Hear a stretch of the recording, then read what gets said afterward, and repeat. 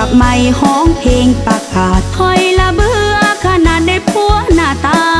ดีช่วงนี้มันแห่งเธอบ่ได้เมายามได้มันแห่งมากไปลีเห็นผู้สาวขาวหุ่นดีมันแห่งมักจูจีมักไปลีอยู่น้ำเขา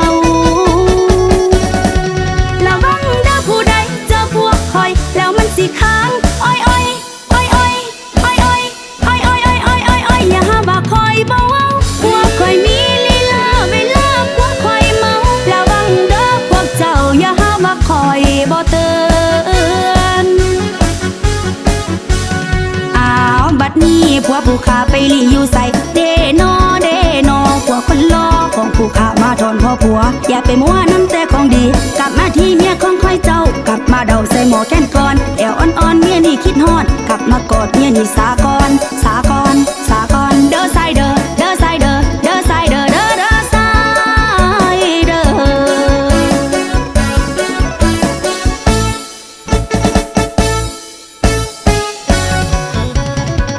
ซ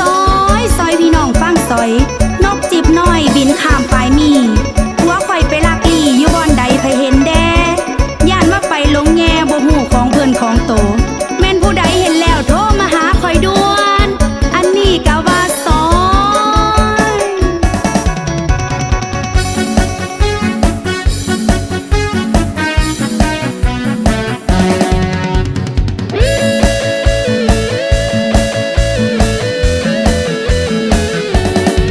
ระวังเด้อผู้ใดเจอพวกคอยแล้วมันสิค้างอ้อยอย่าหาว่าคอยบ่เว้าพวกคอยมีลีลาเวลาพวกคอยเมาระวังเด้อพวกเจ้าอย่าหาว่าคอยบ่เตือนบัดนี้พวกผู้ขาไปลีอยู่ใส่เดนอพวกคนรอของผู้ขามาทอนพ่อผัวอย่าไปมัวน้ำแต่ของดีกลับมาที่เมียของคอยเจ้ากลับมาเดาใส่หมอแก้นก่อนแอวอ่อนเมียนี่คิดฮอดกลับมากอดเมียนี่สาก่อน